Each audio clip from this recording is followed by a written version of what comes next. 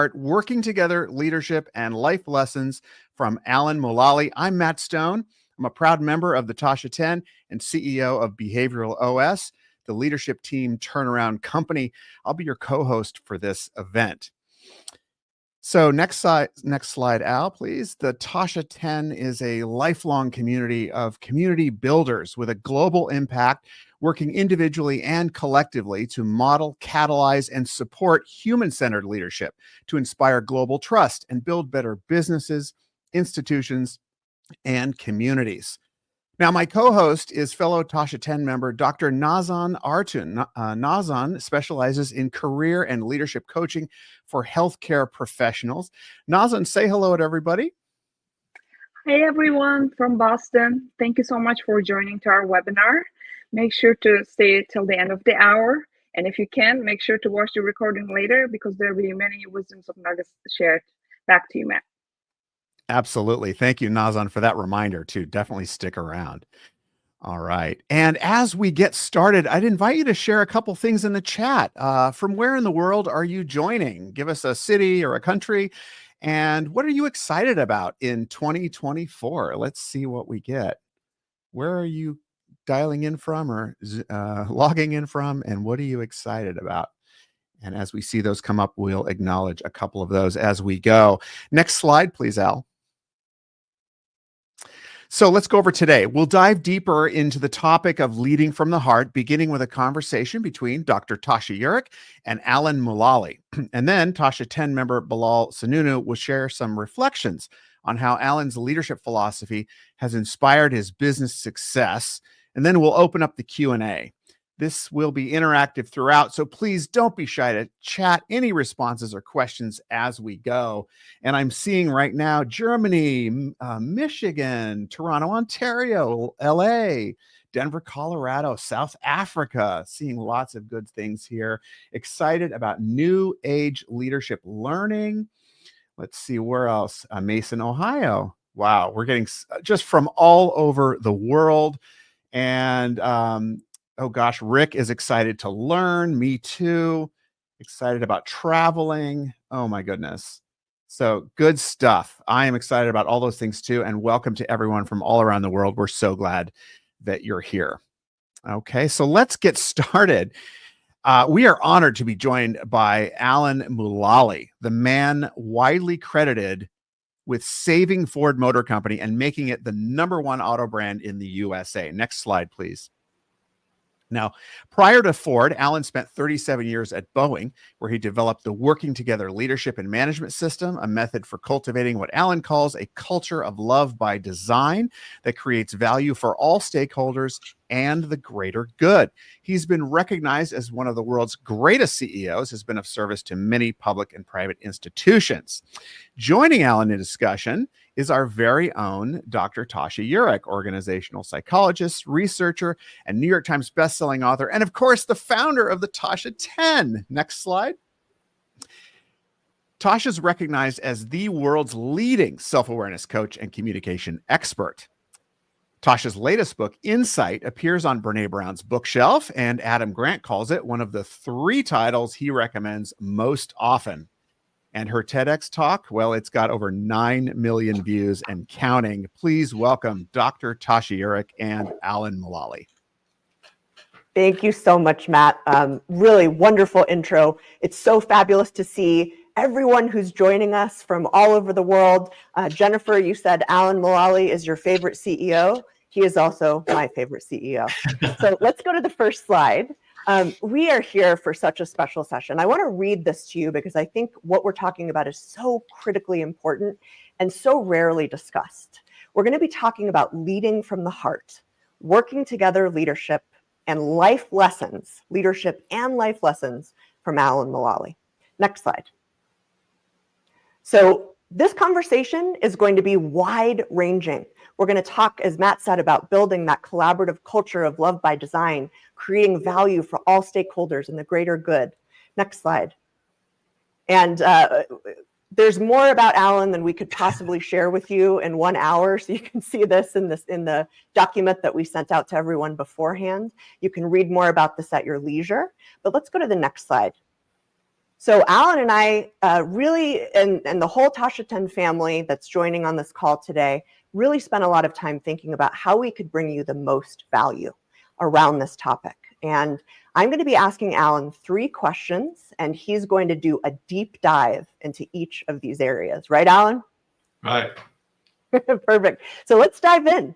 Alan, you have served your family, Boeing, Ford, and our communities around the world in such a positive way over the years. I'm wondering if you could do us the honor of sharing your working together leadership formation, development, and service journey. Well, absolutely, Tasha. And I would just like to say I'm just absolutely honored and so pleased to join you and all of the participants today because of your subject and how important it is to all of us and our future contributions going forward. So thank you so much. Okay, now, Al, if we can go to slide 4. Now, this is a very interesting question for us to start with because up until only recently, I never really ever talked about myself. And I was approached by Frances Hasselbein and Marshall Goldsmith and Sarah MacArthur. And Tasha, they said, okay, we'd like you to write a foreword to our new book. And our new book is called Work is Love Made Visible. And it's a book where all the different authors, going to be 35 of them, are going to share their thoughts to help everybody decide what they want to do to contribute to the greater good in the world. And so we'd like you to write the forward to it. I said, well, why do you want me to do that? And they said, well, everybody knows who you are and they know what you've done, but they don't know why you are who you are. Like, why do you smile all the time? And why do you love people and love your work? And you're so successful at doing it. And I said, well, Frances, I don't ever talk about myself. And she said, exactly. So I said, so what do you want me to do in this forward? She said, I want you to tell your story. And I said, well, where do you want me to start? And she got real close to me, Tasha. She said, when you were born. And, oh, okay. Thank you very much. So I started writing it down, and it ended up about 3 pages. And it was very exciting because I'd never, ever written my whole life from my formation all the way through to today.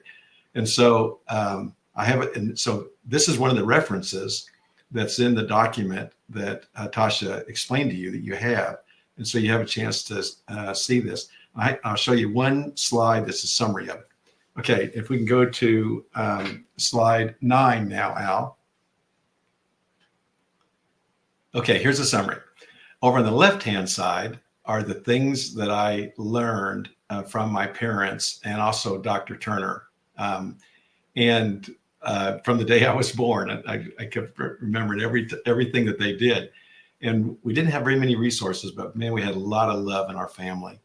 And every morning, my mom or my dad, as I was getting ready to go to school, as I was walking out the door, would say things like, ask me these questions. And my mom would say, okay, honey, do you remember what the purpose of life is? And I said, oh, absolutely. I mean, you taught me well to love and be loved. And she'd get real close and she'd say, remember, honey, in that order. Okay, yeah. Then the next day, my dad would say, honey, remember, to serve is to live. Great, I understand that. But then you can see the rest of them. Seek to understand before you seek to be understood. By working with others, you can make the most difference around the world. And also expect the unexpected and expect to deal with it. And lifelong learning and continuous improvement, and respect everyone. We're all creatures of God and we're worthy to be loved. Develop an integrated life that is your life's work of service, which we're going to talk a little bit about today. And then one I'll never forget, Tasha, it's nice to be important, but it's more important to be nice. Okay, then you can look at the right-hand side and you can see the rest of that formation. So I started doing everything about service and working together from day one. And I loved it. And also it created a lot of value, including for myself, whether I was a checker or whether I was a bagger or whether I was on the farm or the ranch or supporting all of my teachers going through college and stuff. And so then KU and MIT, and then my family, Nikki and I met when I was at the University of Kansas. And we've been married for 53 years, and we have 5 children, and the family's growing rapidly, and well, lots of learning with that, as we all know. And then I was very fortunate to be able to join Boeing, and I just was amazed by Boeing because they wanted to get people together safely and efficiently around the world, so that we could all find out that we have more in common than we're different, and then we could choose to work together for the greater good. And I never thought I'd leave Boeing. And then I got a call from Bill Ford, and whoa, Bill Ford, the great grandson of Henry Ford. And if you're an engineer and a creator and you love innovation, he's one of our heroes. And so I didn't think I would ever leave Boeing, but then when he shared the whole situation, which was very tough at the time, as we all know, that I really felt like I was being asked to serve a second global and American icon. So love that service. And then here I am today, getting the chance to share with all of you the Working Together Leadership and Management System, and it's Love by Design, to create value for all the stakeholders and the greater good. And the key things that Frances shared with me after I went through this with her was, Alan, you lead with humility, love, and service. And we're very pleased for you. We want you to share that. And please share with us the actual process and the expected behaviors so we all can move forward together. It's beautiful. Thank you, Alan. And we already have some early feedback from our audience. Do you want to hear it? Sure. So John from San Diego says, and I quote, "This is already awesome." John, thank you very much. John is wonderful. You're all wonderful. Keep the chat going. This is such a great way to really have a collective experience. That's so great. That leads us to our second question, my friend. You are also known, widely known, globally known for your working together principles, practices, and leadership and management system. And would you do us the honor of sharing that with us today? Well, absolutely. And as you pointed out to everybody, it's been really fun to prepare these slides to answer these questions. And so let's go to the next slide, Al. And that's, there you go, number 10. Okay, now, here they are. And I'm still my engineering self. And so all these are created by me and working with everybody else. And so here are the working together principles and practices of our connected culture of Love by Design, meaning that we love everything about what we're doing, what we're creating. We love all the participants, all of the stakeholders that are participating, and we're thinking about all of the people around the world that are going to use safe and efficient transportation, whether it's Boeing or Ford. So it's all about our operating processes, how we operate, and our expected behavior. So it's everything about culture. Everything about who you are, why you are, what you do, and how you do it. So you can see the key parts of the principles and practices. People first, love them up. I've been told that I was the first CEO ever to use the word love in a sentence. And what I mean by that is that this is about humanity, back to my parents again, and this is doing the best things and the right things to create value for the greater good worldwide, including everybody, all the stakeholders, having a compelling vision, a comprehensive strategy, and relentless implementation of it. And I'm going to share that with you with the Boeing and a Ford example. Clear performance goal, having one plan, facts and data. We care about what you think, what your opinions are, but we also want to know the data that you're looking at. So if we have an issue, then we can all work together to turn our reds to yellows to greens. And that brings us to expect the unexpected and expect to deal with it. Again, you can see, thanks, Mom. Thanks, Dad. Everyone knows the plan, the status, and the areas that need special attention of that compelling vision and that comprehensive strategy. And we actually, all of the leaders, we have a business plan review where all the leaders present their status every week. And they start out with their strategy and their plan, and they actually color code their slides about it's on plan, it's green, yellow, we have an issue, but we have a solution, green, it's a new issue, we don't have an answer yet. And of course, we all think of those, that red, as a gem. It's like, thank you for sharing that. Now, because we know it, we're not managing a secret anymore, and we all can work together to turn the reds to yellows and greens. And then, Tasha, look at these very sophisticated words: respect each other, listen to each other, help each other, appreciate each other, propose a plan, positive, find a way attitude. So you don't see really complicated beliefs and values, but you see what we can all see in each other, because the most important thing is how we're going to treat each other so that we can work together to create these unbelievably sophisticated and fantastic, valuable products. Emotional resilience, really easy. Trust the process. Go right back up to the top, include everybody, know the yellows and greens and the reds. Have fun, enjoy the journey in each other. Every morning, Tasha, every night, I say thank you. I mean, it's been so fun to make all of these fantastic cars and trucks and airplanes to get people together. Now, there's one corollary to all these principles and practices: never a joke at anybody else's expense, ever, because it's never funny. And if you want to create a psychologically safe environment, just love them up, listen to them, thank them, but never a joke. Because if somebody feels like they're going to be made fun of, then they're going to be very careful about sharing what the real situations are. So again, psychologically safe is just start with loving them up. So the result is PGA, not Professional Golf Association, but profitable growth for all. That means revenue and margins, and great companies make products and services that people want and value, and they grow the revenue. And they also work on the efficiency and the quality, and revenue times margins equals profits. So I've always kept the economics really simple so everybody can participate on both the revenue side and the efficiency side. And the result is creating value for all the stakeholders and the greater good. Now, that's my airplane on the right-hand side. And during the Q&A, if you'd like to know why I have that airplane and why I sign everything with it, I'll be glad to answer your question. Amazing. Thank you so much, Alan, for that. Is there anything else you want to share on the working together principles and practices? No, and I think it'll be great when we do the Q&A. And I'll be glad to answer everybody's questions.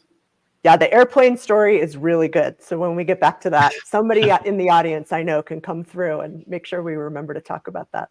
So the last question is, and this is actually kind of a newer thing also that I've heard you talk about only recently, and we've known each other for many years. You're known for your work-life balance. Share this with us. Help us learn how we can live a full, complete, and authentic life. That's great. And what I want to do is I want to show you some examples that'll lead us up to that. And so, Al, if we can go to slide 12. And that's 11. There you go. There's 12. Very good. Okay, now I just want to show you a couple of examples of Boeing and Ford that lead us into having one life, which is your life service. And so here's the 777 on rollout. And there are 110,000 people coming up to it. And if you can see it, most of them are holding up their children so they can touch the airplane and point their children to the part of the airplane that they helped design, whether it's inside or outside. And this is an airplane that has 4 million parts, flies halfway around the world. It's the safest and most efficient airplane in the world. And you can see on the front, up by the cockpit, a red script. And if you look up on the top of the slide, you can see working together. Now that's interesting because, next slide, please. Okay, here are the pilots. And anytime you have make a new airplane, then the first flight is the first time you know the airplane works. And so it only has the pilots are the only ones on the airplane, Tasha, when the airplane takes off. And because we respect them so much, then we always put their names underneath the cockpit to celebrate them. So we had their names under, and then John and Kenny came to see me, and they said, "Okay, Alan, thank you very much. We got our first flight in the next few days, and we would like to replace our names with working together." And the reason is that we have been included, like all of the stakeholders and all the resources, like never before in the creation of this product. And we'd like to celebrate what enabled this to happen. And that is your working together principles and practices in its management system. And so it was such a big deal, Tasha, that I called a special attention meeting. And so that he could talk to the entire leadership team, and they could talk to the entire leadership team and tell them what they thought of. And they were all blown away. And then they agreed. We changed the painting. 2 days we took off. We had our first flight. The airplane worked so well that instead of a normal hour and a half first flight, they actually flew over 5 hours and started the whole flight test program of the airplane. Okay, now, next slide, please. And let's go to, there we go. Okay, now just the comments about Ford. So here's Bill Ford. And when I was thinking about this, I was thinking maybe I would not go because I love Boeing. I had one more airplane to replace the 37 and the 57 that I wanted to contribute to. But then he shared everything with me. I couldn't believe, and it got worse and worse and worse. I actually asked him early in the interview, like, this is in August, what's the forecast for profits for the end of this year, Bill? And he said, oh, yeah, we haven't told everybody, but it's $17 billion. I said, really? And he said, yep. And he explained all the reasons why.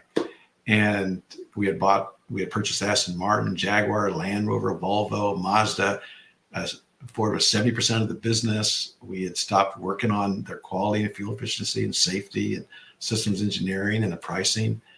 And so I decided at the end of the day that I would go. And he even offered me, Tasha, he said, and here's the titular head of the whole Ford family, that if you need to be the chairman of the board and the CEO, I'll give up being the chairman also. And I said to him, Tasha, Bill, I would only come if you would stay as the chairman, because this is going to take the all-time working together for us to deal with the current situation in the near term to save the company, but then also to work together really closely to undo a lot of the things that have been done that are not going to create a long-term profitably growing company. And so this is something where you and I are going to take working together to a whole nother level. And we ended up, Tasha, it's unbelievable, where we became the number one. We saved the company. We did not take any government money like GM and Chrysler did when they went bankrupt. And we also became the number one brand in the United States and the fastest growing brand around the world. And the quality, the fuel efficiency, and the safety, and the systems engineering were the best in the world. And also, the low stock price was $1.01. When I left, it was $17.84, which is an approximate 1,837% increase in value. And that everybody, all the stakeholders benefited, of course. And we paid back our loan of $23.5 billion for our home improvement loan that we took out. And one of the neatest things was how the employees of Ford and all of the stakeholders felt. And we all did employee surveys. And as you know, we always summarize everything that we've asked into a top question is, how do you feel about the company? What were you about? How do you feel about your contribution? How are you treated? And the average for employee surveys around the world are less than 50%, usually around 40% positive, which means that 60% of the people are not working to build a cathedral, but they're working for a salary. And so when I arrived, it was less than that. It was like 34%. When I left 8 years later, that positive employee survey was at 95%. I know. I was Amazing. blown away too. And also that it's also a union company like Boeing, but Boeing and Ford are union companies.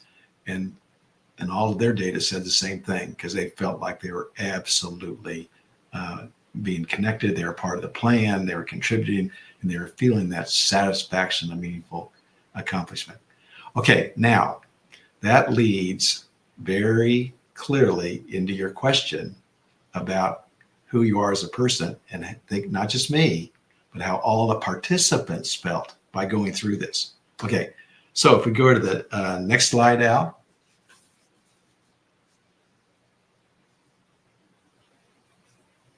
And it is, There we go. okay. Oh yeah, just one more that's in the reference book that I just wanted everybody to know is there. This is the management system, and you can see it has 5 elements: the principles and practices we went over, the governance process, the leadership team where you include everybody with the right characteristics, the creating value roadmap on how we're going to do it, and the business plan review, which changes everything, because every week you're going to go through the vision, the strategy, and the plan. I lead that part, and then every member goes through their participation and contribution and the status of red, yellows, and greens. And we look at the entire world. Every member that talks, Tasha, goes over what's going on in the world in their area: engineering, manufacturing, procurement, communications, government relations. And so we're never surprised. So we're always working on mitigating the risk, but also then capturing the opportunities to continually grow. And if you look over on the right-hand side, you can see the characteristics that we talk about: the humility, love, and service, but also notice authentic. So next slide, please.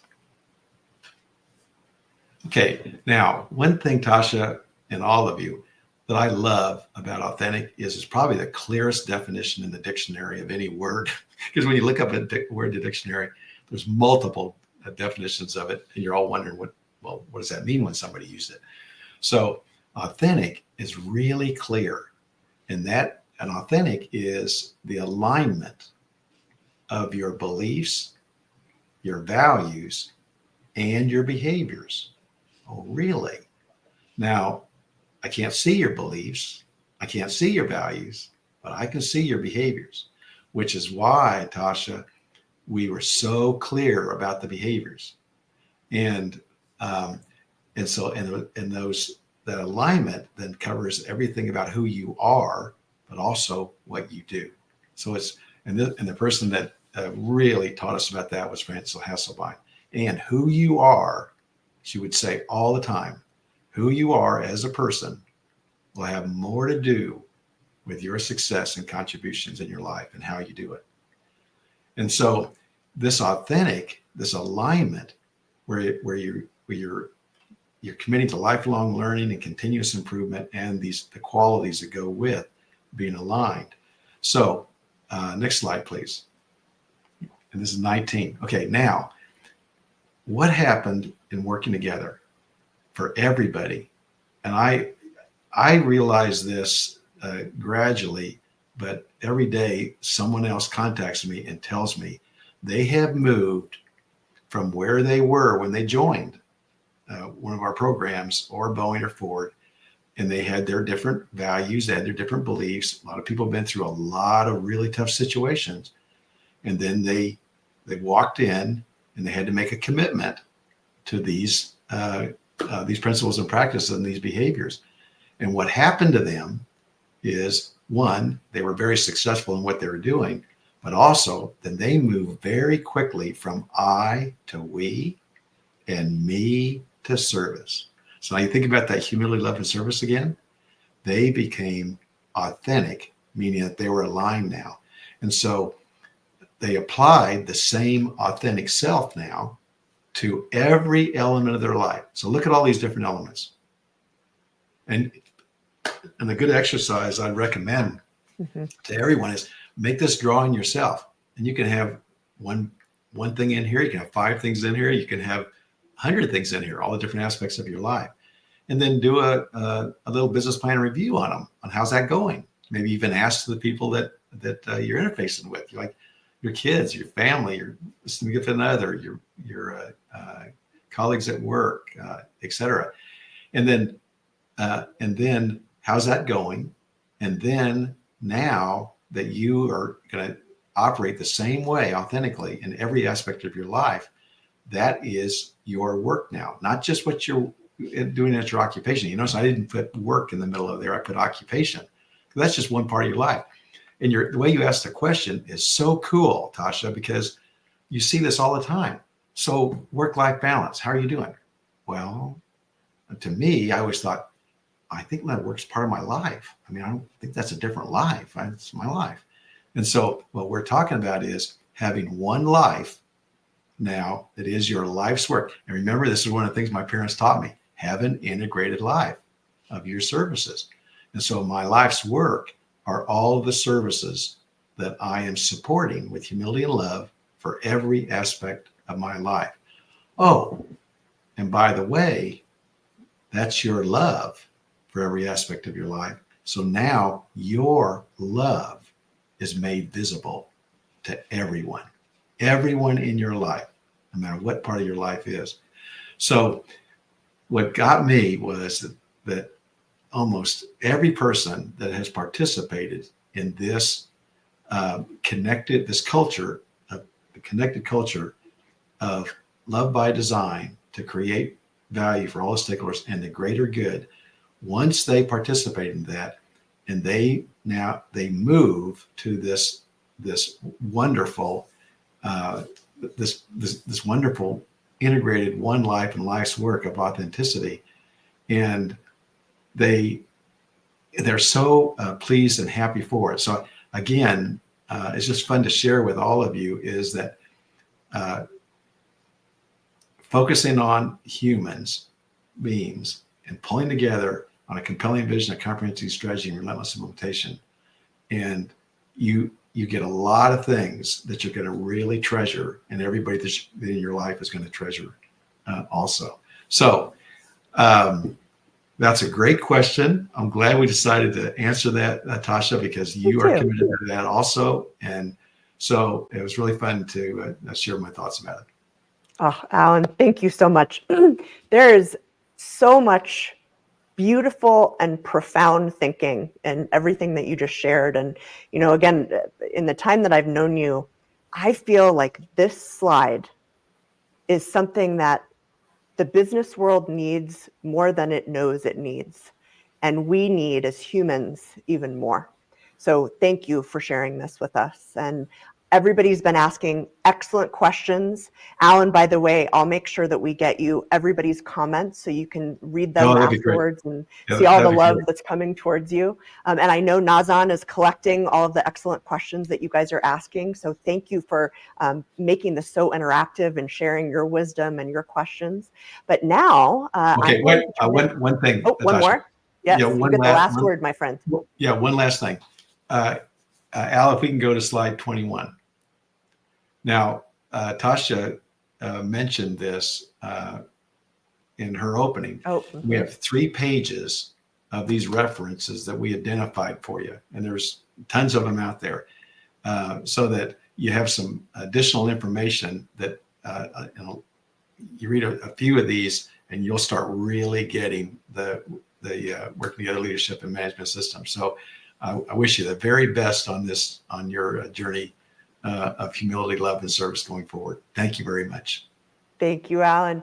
And everybody stick around. We're going to have a kind of intermediary session from our friend Bilal. And then we're going to come back with Alan for some more questions. So keep those coming. And hopefully, Al, you can bring up Matt. And Matt, I'll turn it back over to you. Thank you, Tasha. Wow, what a fantastic conversation. And we're not even finished. So listen, I hope you're getting as much out of this as I am. And I see a lot of comments in the chat. What are your key takeaways so far? Drop those in the chat. Share that with everybody here today. All right. So next slide, Al. At this point, I'm really excited and thrilled to introduce my friend and fellow Tasha 10 member, Bilal Sununu. Bilal is an entrepreneur, business and IT alignment consultant, management consultant, and leadership and strategy speaker. Bilal promotes the creation of positive change in businesses through the effective implementation of technology. And through his decades of rich experience, Bilal has developed a deep understanding of corporate DNA and the dynamics of how companies operate, which also helped him create his own signature framework that focuses on aligning internal stakeholders to empower execution through the use of technology. So everybody, please welcome to the stage, Bilal Sununu. Bilal? Thank you, Matt, for the introduction. And I'm very honored to be part of this great session.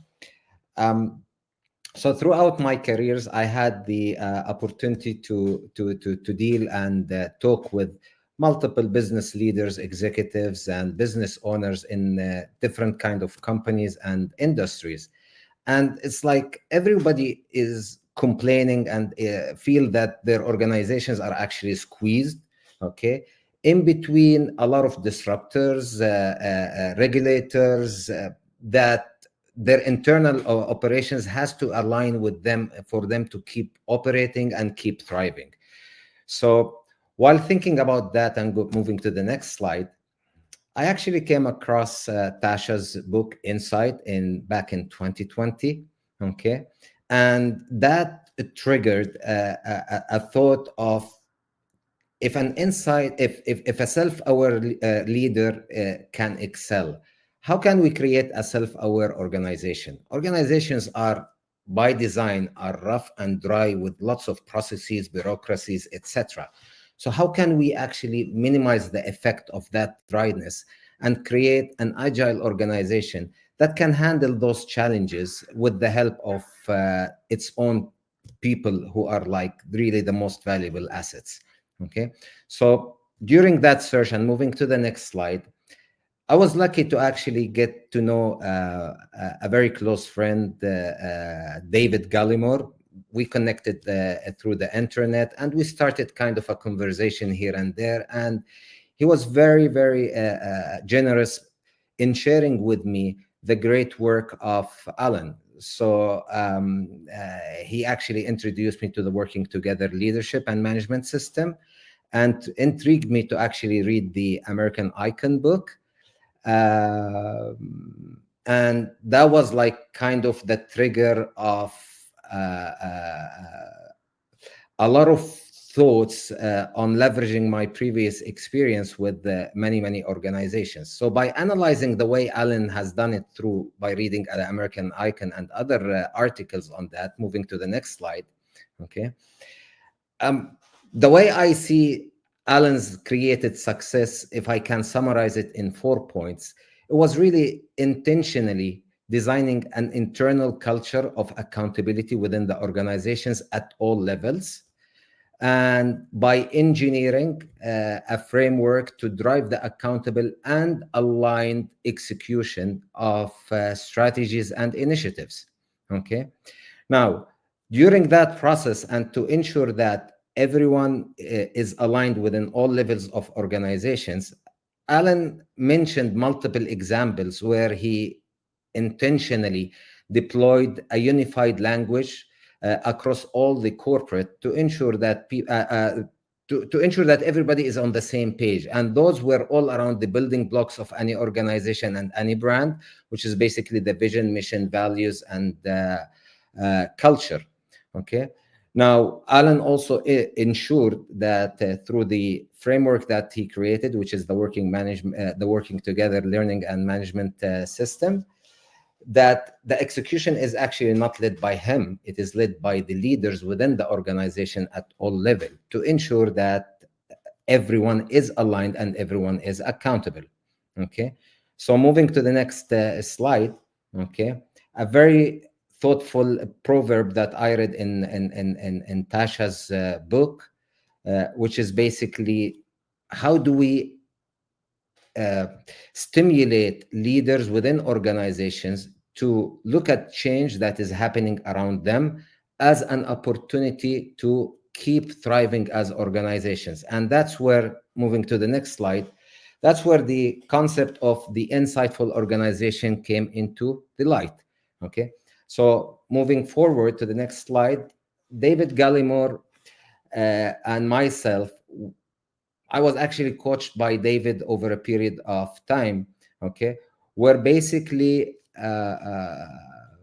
we were like thinking of how can we create an organizational framework that ensures alignment not only between internal stakeholders, but between internal and external stakeholders, because organizations do not live on their own. I mean, you can have all kind of alignment within the organizations, but if you are not aligned with the external world, okay, well, you're doing nothing and you're achieving nothing. So moving to the next slide, and by analyzing what Alan's work, I can summarize 5 pillars that the any kind of leadership and management system would typically focus on to ensure a comprehensive impact of applying a strategy within an organization. So it starts by the pillar of clarity.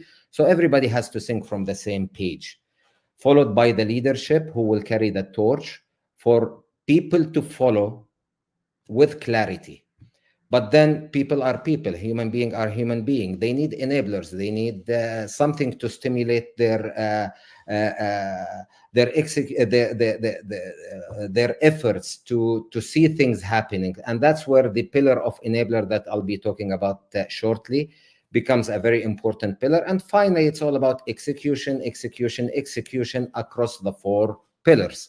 So moving to the next slide, the idea of IOF 360 framework is really not about creating another framework. So it's not about how teaching or guiding an organization on how to build a strategy. It's not about telling them how to build a brand. It's all about telling them, align what you know and what you are creating with whatever framework you are adapting, align it internally and externally to actually thrive. So as a brand that sits in the middle of the circle, the brand itself is actually surrounded with lots of opportunities, but at the same time, lots of disruptors, challenges, regulators, priorities, and so on. Now, the leadership would require to understand what's happening internally and externally. And this is where the organizational sensors layer becomes very crucial for the leaders and for the people that works for them, okay, to read the market, read the internal indicators through the technology system. And this is what we call the insight engine. So what the insight engine is all about is really, it's about unifying the different technology systems, reading from external and internal sources to ensure that the right picture that helps leaders take decisions and people execute with clarity, help them to build a meaningful, executable, and realistic strategy that is built on real data. Okay. Now, in any organizations, there are traditional processes like customer care, budgeting, risk management, etc. I mean, like the standard 8 processes that exist in any organization. But that's where typically the bureaucracy and the friction happens in between. So basically, how do we minimize the friction? We minimize it by introducing a set of enablers, things like the unified reporting, recognition, alliances, and so on, to help minimize the friction between the processes that execute and between the soul of the strategy that needs to be executed. And that's what IOF all about. It's about aligning the different components to ensure that your final objective is actually achieved. So moving to the next slide, okay. The working together leadership management system is a great operating system for the organization that helps an organization align while executing the strategy, align everyone internally and externally at all levels.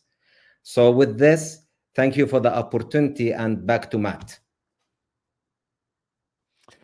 Wow, Bilal, thank you for such a fantastic presentation, and that insightful organization framework is really incredible. So really appreciate that. What insights are you getting? Keep dropping them in the chat. I see a lot of love for the speakers, a lot of great comments and questions, and we love to see your insights so far as well. So now I'd like to hand it over to my wonderful co-host, fellow Tasha 10 member, Dr. Nazan Artun, who will facilitate our Q&A with Alan Mulally, and we've got a lot of great questions to work with. Nazan, take it away. Thank you so much, Matt. Yeah, we have a lot of questions coming over. I was about to ask, call out for questions, Alan, because we have one of the most influential and inspiring leaders of all times, both nationally and globally. And I was just about to ask, put your questions, but people are already started to put their questions. So I'm going to do my best to capture the most valuable ones, or the ones that I can capture correctly. The first question is coming from Barbara from Pasadena. Hi, Barbara. And so her question is, when delivering a feedback, do you take into consideration the culture of the team member, whether the person is from Netherlands, Brazil, Japan, or Turkey? No, Nazan is great. And Barbara, that it's a great question. And what I found is by keeping those principles and practices so simple and so clear and so powerful, it works for everybody around the world. When you say respect each other, listen to each other, help each other, love each other as human beings, no matter where all the participants came from. And when we were creating a 777, we had probably 600,000 people, Barbara, working on the airplane around the world. And so those basic principles and practices, and the fact there's zero tolerance for violating them, because then I talk to you about it, and we'll offer you a coach. If it doesn't work for you, if you're command and control and you want to intimidate people and get in the way of working together, well, you're making a decision that this is, you don't want to do this. And so we'll try to find a job where you don't have to deal with people, or you're really making a decision to move on in your life. And so we love the diversity. We love the different thoughts around the world, because these airplanes are used by everybody around the world. So we love human beings all around the world. Wonderful. Thank you so much, Alan. So the next question is coming from Mike. I'm quoting, has Alan changed his approach over time or kept the same approach throughout, regardless of which business? Great question. I've kept the same approach. And that's why I thought the question that Tasha asked about the formation and then how that led to Boeing. And think about it, that when I joined Boeing, and I was also an aeronautical and astronautical engineer, I was blown away about the sophistication of an airplane that has 9 million parts and flies halfway around the world efficiently and safely. And so I learned a lot about working together. And then as I was asked to take more and more responsibility, then that was me. And I started then adding what I think about working together with people and how to treat them. I started adding that to that fantastic working together system that that Boeing had. And so, and then that authentic piece was working with everybody, including myself. I got to be me more and more and more as I accepted more and more responsibility. And so when I decided to go to one example of your question is powerful to me, is when I decided to go, guess what the two pieces of paper were that I took with me? I took the principles and practices and the management system, the leadership and management system with the 5 elements. Those are the only two pieces of paper I took. And when I walked into Ford and I met all the team, and then we selected the team to include all the disciplines, I spent, I don't know, a month almost every day answering everybody's questions about what that meant. What do you mean love them up? What do you mean listen to them and respect them? And I mean, we got, we're a command and control company, blah, blah, blah. And so they worked on it. And then they had to decide in one of the meetings, the business plan review, can they really trust me? And so they showed a red for the first time, and I started to clap. They thought that meant the doors to the world headquarters were going to open up, and 2 human beings were going to come in and remove the person that showed the red, because most companies, you only show an issue if you have a solution for it. But now you're managing a secret. So I clapped and I said thank you, and that person stayed, didn't go anywhere. He was respected, and within 2 weeks, all of the 300 charts, which were all green, turned to look like a rainbow. And I knew, they knew, we all knew why we were losing $17 billion. We knew what the issues were, and we knew that no matter what happened from then on, that we were going to know what's going on, and we were going to approach this with this system where we all could work together to turn the reds, the yellows, the green. So, and I just say it one more time too, this ends up working for your entire life. Because now when you move in that authentic way and it works so well, then you'll use it in every element of your life, and you're going to feel so good, and your anxiety goes down because you're not have a life that you live differently at the office. You have a different one that you do at home. You have one integrated life. And that's who you are. Perfect. You know, that's so important that you mentioned this, Alan. And I read the story from, I think, Tasha's book. There are many leaders actually asking me how they can count on their team's honesty. And it's obvious that honesty is a very valuable, portion of the work together. So, which will bring success, but psychological safety and human values is the core part of it. Thank you so much for sharing that No, experience. that's Very well valuable. said. That's absolutely right. And another question coming from a LinkedIn user, I don't have the name, but this is such a good question. When you experience many ups and downs during the journey, how do you always keep the balance and rebalancing back during the tough moments in the back as driven by your faith, hope, and love always? Well, again, every time you have an issue, whether it's a positive thing or it's an issue that you need to deal with, you use the same working together system, because we have our business plan review, and then whenever there's a red item, then we also have a set of special attention meetings where we'll get together and work together to figure out a solution for the red to go to yellow to green. And so it's almost like you're not stressed out by a red, you're welcoming it. I mean, because you're going to have to deal with it anyway. But what's different about this is that everybody knows it now, and you are respected because you're not red. And you think how many times you've had an issue, then they think you're the problem. No, we asked you to do this. You're great at it. And so the fact that you can share the situation and feel safe about it, then we all can help work and turn the reds to yellows to green. So the stress of that goes away. And in that business plan review, as I mentioned, every leader starts out with a one-page update of what's going on in the world in their area of responsibility.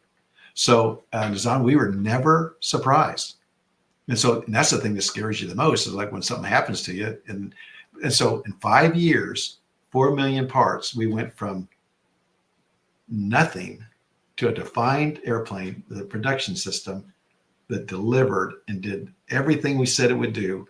5 years on the day that it was delivered, it was operating perfectly around the world because of the process. Great. We have another good question in here. Have you experienced any adversity or judgment from your peers for your leadership style based on humility, love, and service, who might have overlooked these human values in fast-paced work settings? I think this is such a timely question, Alan. Oh, it's fabulous. And the neat thing is, if someone acts like that, you want to be, well, Tasha is the best at explaining self-awareness and being aware of everything, not just yourself, but everything. And so you can imagine that they're working together. When you know everything that's going on, your awareness is like fabulous, and you're comfortable with the red, the yellows, and greens. And so just think of all of the stakeholders. And so, and all the people you're going to meet. Well, if someone, you can tell if somebody is maybe a command and control person, and they're not like a working together person. They're not listening first. They're not seeking to understand before they seek to be understood. And so you can tell that they're kind of looking at you that way, wondering, oh man, really? I mean, can we be successful by operating this way? And of course, over time, when we have so much success, then you had them moving from, oh, we need command and control, I don't like who you are, to all they want to know is, how can they help? They just move very quickly. Just think when you come to a business plan review and you're all sitting around a round table, you're all networked around the world, and all you want to do is help out. You want to pay attention, and you want to listen, and you want to serve. But it sounds like you also love what you do, and that's how it just projects your leadership, Alan. Well, absolutely. And Hassan, everybody knows that. Like our last conversation about who you are and everything that you're doing is your love made visible. Look at this conversation that you and I are having. Everybody can look at your smile. Look at Tasha. Look at Matt. Look, this, everybody knows now what you love, because they know very well when you don't love when they see that. Exactly. And I'm going to close my section with one last question coming from Nobantu. She says, Alan, can you say something on giving feedback from the heart? Oh, geez. It's just a fabulous question. It is. I never have really thought about any other way to give feedback. Oh. I mean, look at today. Look at the questions with Tasha and you, and I welcome them, and I'll use everything, whatever word you use, heart or cognitive or emotional sophistication or whatever. It's coming from who you are and what you believe in, and I believe in humility, love, and service. And why those three things are so powerful. Just think about that. You're now going to respect everyone. You're going to seek to understand before you seek to be understood. You're not going to be telling everybody what to do. You love them, meaning they're human beings. You're going to appreciate them. You're going to listen to them. You're going to include them. You're going to help them grow. Every one of them has a growth plan in the working together system. And then what are you all here for? Together, not individually. Together, you're here to serve. And look what happens when you serve. Look at the response you get. Like the comments that were made about the world, I think it was Tasha, the world we live in today, or maybe it was Matt, that when you look at our democracy, when you look at our capitalism, I mean, these are things that we all need to love up and figure out how to move forward on, where we move forward together, where everybody benefits. So I think that, well, another thing that, remember, like when I shared with you what Francis said, everybody wants to know why you smile. Well, why am I smiling? I love hanging out with you right now. What are we doing? We're sharing some really good thoughts that people have choices on who they want to be and how they want to be, and so I think we're all coming from our heart. Perfect. This was the perfect message to end my section. Thank you so much, Alan, for all you have done so far. And back to you, Matt. And people stick around. There'll be more sections coming over. Thank you, Nazan. That was amazing. And I'm reminded, and Alan will like this because one of his alma maters is MIT. My mentor, also from MIT, taught me that if you're not feeling something in your heart, you're not ready to give the feedback. And I always really liked that one. So listen, this has been amazing. If you'd like to continue to benefit from information about how to cultivate human-centered leadership success, I'd like to invite you now to subscribe to the Tasha 10 Substack, where we continue to publish articles and videos on related topics. Join our community and let's make a difference together. So for your convenience, use the QR code on the screen, or there should be a link in the chat coming up if it's not already there. Alan, thank you so much for sharing your insights. You know, it's one thing to talk broad strokes about creating high performance culture, but the way that you bring a proven method rooted in engineering principles and humanity, it's not only inspiring, but actionable. And that means it's accessible to all of us. And Tasha, thank you. And Bilal, thank you for sharing your stories. And Nazan for a great Q&A. But wait, there's more. We do have a special bonus. So as if this couldn't get any better, I do have exciting news. Alan has agreed to stay for an extra 15 minutes of Q&A. So if you can stick around, please do it. And if you can't, no worries. There will be a recording, as people have mentioned in the chat as well. So listen, as we wrap up, I just have a reflection, and I'm thinking, as Alan mentioned, about the gigantic challenges facing our companies, our communities, and our world. And everywhere there's evidence that we all either win together or we all ultimately will lose together. And human-centered leadership, well, it's critical to sustaining and growing healthy companies and communities, and to our very survival as a species. We all must do our part, because if not now, when? And if not us, who? I'll just leave you with that thought. And with that, I want to thank you very much for joining us today. And now I'll hand it back to Tasha for the bonus Q&A with Alan. Thank you. Thank you so much, Matt. Don't you guys love the drama at the end? But wait, there's more. We are just so thrilled and honored and grateful for Alan and how generous he has been with his time. So Al, if you wouldn't mind bringing Alan back up, we've got some more questions. And I'm going to start with Mr. Mulally. Please tell us the airplane story. Oh, about my airplane? Yeah. Oh, well, remember, it starts with being an engineer, an aeronautical and astronautical engineer. And I just have always loved airplanes. And I love art, and I love physics, and I love math. And I loved working together with others. And so when I was as I was moving up and taking on more responsibility in engineering, I became like the director of engineering on the 777. And they asked me to lead the creation. And the salespeople loved it when they were going around the world with selling the airplane and closing on the different deals. And remember, the airplane takes 5 years to make. And so even at the very first of the program, they wanted me to come with them often and then present the status technically of the airplane to the airlines. So I was in Guangzhou, China at one time, and we were the sales and marketing and the lawyers were closing on, or hoping to close on, a deal for 777s for China Southern Airlines. So we had a meeting. I finished my presentation, and always whenever I finished on these around the world, they would go ahead and start talking about all the details of completing the transaction. I would sit down and I would draw my airplane, and I would then start writing equations of motion around it and just kind of enjoy myself technically, just having fun.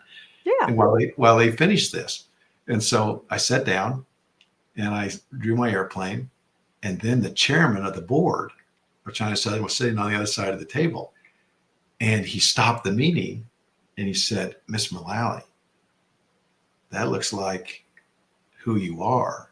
That looks like your chop. That looks like your bean." Well, I said, "Well, sir, it is. I live to help create the very best commercial airplanes in the world, and to support you operating the very best airplanes in the world to serve all the travelers around the world." I said, "What do you think?" And he said, "Well, this is the biggest decision that I'm ever going to make for our company. And you and your team are going to be the biggest contributors to creating this product, or not.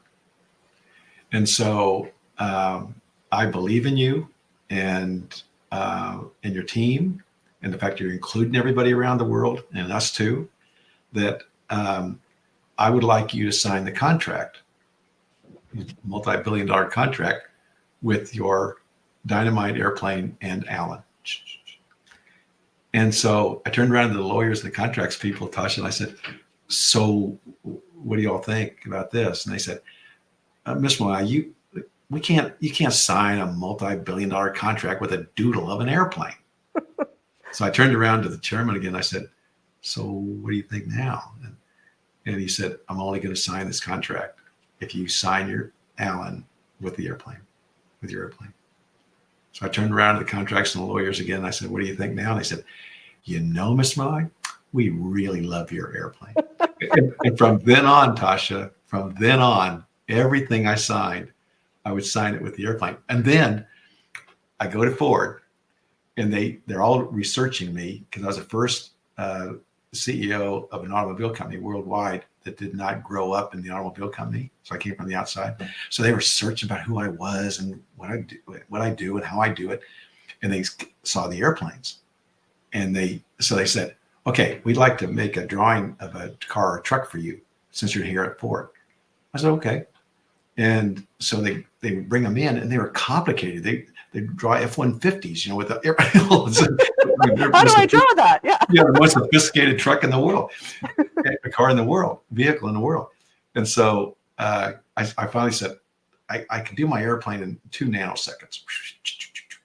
And so they go away and they come back and say, okay, Alan, we love your airplane and we want you to sign all your contracts at Ford the same way. I said, really? He said, yes, because someday we're going to have flying cars and it looks like a flying car. So I did the same thing. See, it's just a future focused car. Yeah, I love that. That's great. Thank you for sharing that. You're welcome. Maybe we can go with some Alan's greatest hits. We had a LinkedIn user, I didn't see their name, I don't think it was listed, that said, well, no, it was actually Heather, I'm sorry. What was the red, yellow, green system of discussing issues and problems as they are discovered? I think everybody on this call would love to hear this right from you. Absolutely. And I have a story that makes it come alive. It's a great question. Who is the person that asked? This is Heather. Mm-hmm. Heather? Okay, Heather. Thank you very much. Fantastic question. Okay, so I explained to everybody with my 2 pieces of paper that we were going to have a business plan review. We're going to have the entire team there, all disciplines, engineering, manufacturing, procurement, everybody. And I'd start out and summarize the vision again, the strategy, and the plan. And then where we were, red, yellows, and greens, summary of the whole thing. Then we go around the room and every person would update their charts about the status, what was happening around the world, the status, the red, yellows, greens. And I think I missed, maybe 10 or 12 BPRs in 37 years at Boeing and 8 years at Ford. And even with the kids, we'd be traveling around and stuff, and we just connect in. They love watching the colors change and find out what was happening and stuff like that. Yeah, it's great for the whole family. Yeah, exactly. So we went over the behaviors, we went over the process, and I selected the team, and we started the business plan review. They're all around the table. They're all connected around the world, and they're starting to get to their work. They were following the behaviors. They're being neat to each other and listen to each other.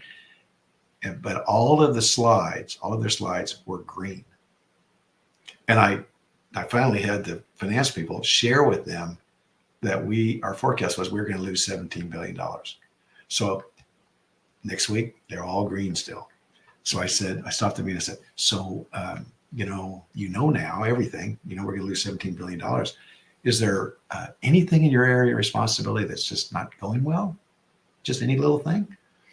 And all kind of his went down. And so that went on for a couple more weeks.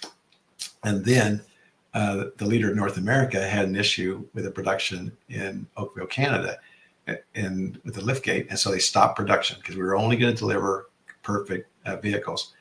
And so the huge deal to stop production. And so in his meeting the day before, he went through this and he looked at the chart and he said, I think we need to turn this red. And everybody said, you don't know what he's going to do. I mean, that most leaders, if we have a red like that, they're going to say it's our fault and we get rid of them. And he said, well, I think we need to trust him and find out if he really believes and we understand what he's saying. And one of the vice presidents, said, okay, Mark, it's really nice to know you. Good luck. So he comes in the next day, green, green, green, green, and up comes Mark's red chart. And I know, and the eye contact goes down to the floor, and they're looking at the floor, and they're looking at me, and they're looking at Mark, and they're waiting for the 2 doors behind me, like I mentioned, to open up, 2 people to come in and remove him because he had a red item. So I started to clap, and they thought that was a sign. And so I said, Mark, thank you. That's great visibility. What can we do to help? Had a couple of great suggestions. Next week, he was the only red one. A couple of weeks later, they have a solution. It turns yellow. A couple of weeks later, they've changed the parts out. The vehicles are moving around the world. And the next week, Tasha, all the 300 charts look like a rainbow. And so And we knew then, everyone knew, no matter what happened, whether they're tsunamis, they're environmental crises, economic changes around the world, the conflicts, no matter what happened, we would be on top of it, and we would be always moving to turn the reds to yellows to greens. And one thing that Heather is saying, neat about her question, is that the psychological safety is so important that they know that everyone knows that their number one accountability is to share what the situation is. And people are not going to go after them. They're going to love them up. Well, you can imagine when they share that and they feel safe, well, they feel good about it. And then how good do they feel working on it before the next week? So they're not working for me anymore. They are working for what we're trying to accomplish. And that is to create the finest airplane, the finest cars and trucks in the world. And so it's not a stressful thing. It takes all the stress away. When people always ask me, how, Alan, I mean, you got these hundreds of thousands of people working on this and get, 4 million parts, and you have issues all the time because it's a creative process and it's iterative. And how do you sleep at night? And Tasha, I say, I sleep really well. I just practiced in the BPR today, and everybody knows all the issues and everybody's working on them. I can't wait till next week. Good night. Think about that. Everybody who's listening, think about how great it would feel to sleep that well, right? Alan Mulally, case in point. Case in point.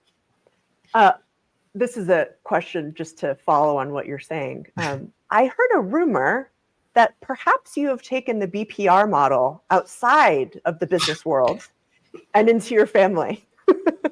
Is there anything you want to share with us about that, knowing that we're all here as one person with one life? Okay, I just want everybody to know that Tasha and I did not talk about this before we did this meeting. Oh no, am I bad? No. It's just that my family, whenever I do share this story, and I don't do it very often because not very many people know it, but they always say, Dan, you don't need to keep sharing a story about us because it involves all the kids. Okay, so Maybe yes. even just lessons learned from Yeah. doing that. Okay. No. I'm going to share it, and they love it too. They just trying to keep a low profile. So, Nikki and I got married. We wanted to have our 5 children, and we started to have them. It was going well, fortunately, and so I was just watching everything that was going on with 2 or 3 kids, and so I said to Nikki, "Honey, we need to have a business plan review every Sunday." And she said, "Alan, this is not Boeing, and it's not your business. It's our family." I said, "Well, exactly." And she said, I don't think we need to have a business plan review. So I said, okay. And I thought about a different way to try to share this. So I came back next week and said, okay, I think we need to have a family meeting every week. And she said, oh, what would we do in the family meeting? I said, well, the first thing we do is we come back from church and we all 7 of us would go around the house, pick up all our stuff, take it back to our cubbies, take it back to the room. Then everybody would bring their laundry down. We'd always have at least 2 washers and dryers with 7 people because you want to get that done once a week and not be doing it every day. And so we'd wash all, everybody would participate, get everything washed, dried, bring it down, dump it on the kitchen table. Then all 7 of us would sort the socks and everything else because it wasn't our compelling vision to sort everybody's clothes. So, I mean, working together was really working here. And then they'd go back to their room, get their calendar. They're in kindergarten now, Tasha. They'd bring their calendar down, and then they'd go around the room, and they'd go through all the things they had going up. And we'd try to understand, you need cheerleading service, you need taxi cab service, you need whatever.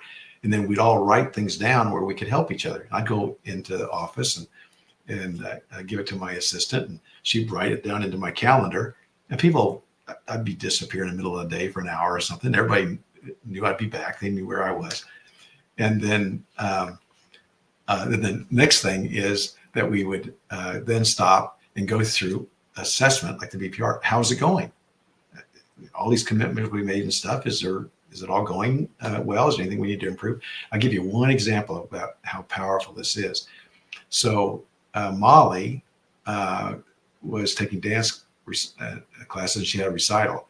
And so on the Sunday meeting, she asked Chris, who was a driver then, to pick her up and take her to the recital and then take her home. And he forgot about it. Mm-hmm. And so can you imagine this? So we're sitting in the meeting, business plan review. And she says, and they learn this really fast of how to say this really nice to each other. And she starts out with, Chris, you know how much I love you and how much I count on you. And I don't know whether you remembered this, but you forgot to pick me up. And I missed the recital of the year. And I really felt bad. And I also let down my fellow participants. Chris is sitting there and then apologizes. We noticed after the meeting, they got together, talked about it some more. And so you can imagine how working together really works, because you're never, and also it doesn't mean if you violate the process, you don't get yelled at, you get loved up more. And so you'll do whatever it takes to hold yourself accountable for what you've all decided to do. And we were very clear about why we're having a family and what we're going to do for each other. And so, and then as they got older, we'd always meet with all 5 kids and the grandkids around the world a couple of times a year. And so, especially after they're old enough to have a drink, sometimes they start laughing about these family meetings, about all the things that are going on. And one time I thought, well, maybe some of them didn't really enjoy this. It seemed like they enjoyed it. I mean, it was serious, but they seemed like they benefited from it. And so I said, so are you thinking that you really didn't enjoy the family meeting? If you didn't, why did you come? You didn't have to come. And you're a volunteer. And one of the kids said, Dad, do you remember what the last agenda item was on our family meeting? I said, no, I don't. I said, you passed out the allowances. Oh, we had to come. Very powerful behavior motivator. That was just getting them in the door, though, right? Absolutely. Yeah, and I'm so grateful for you sharing that. I hope I'm not in trouble with Nikki for asking. No. It's such a beautiful reflection of one life, right? And these principles, these authentic leadership principles, we can carry them wherever we go. Is there anything you want to share with our Tasha 10 extended family as we wrap up for the day? Anything else you want to leave them with? Well, with everybody, it goes back to your first question about the formation and then my service. It's absolutely an honor and a pleasure to share this with you and your team and all the participants. Because you have one life, and it's your life's work. And as Matt said, to have a reliable process that enables you to manage change, everything that comes at you, because it's change all the time, is just welcome it, because now you have a process that you're going to deal with that in a positive way. And so now all of a sudden, it's not a stressful thing. It is, you expect the unexpected and you expect to deal with it. So it's just a pleasure to support you. And I'm very pleased to support you. Thank you, Alan. And yeah, just to kind of put a bow on that, this man, Alan Mulally, is my friend. He's my mentor. He's my hero. And I'm so grateful to be able to share his wisdom through our Tasha 10 family. And Alan, I just want to thank you from the bottom of my heart on behalf of all of us for, again, being so generous with your time and your wisdom and showing everybody who you are and the heart behind what you do. So thank you again. Absolutely. As a last thing, I'm going to give one more plug to our Tasha 10 Substack. I wouldn't be doing my job if I didn't do that. And we not only will we send you our Tasha 10 Substack newsletters, they come out right now, it's once a quarter, so there's no inbox inundating, but we'll also send you the resources from today. So the presenter slides, the recording link, and then a bonus Alan article that really kind of brings alive this system of reds to yellows to greens. So thank you all for being here. Again, we'll post the recording, and we look forward to seeing you at our next Tasha 10 event.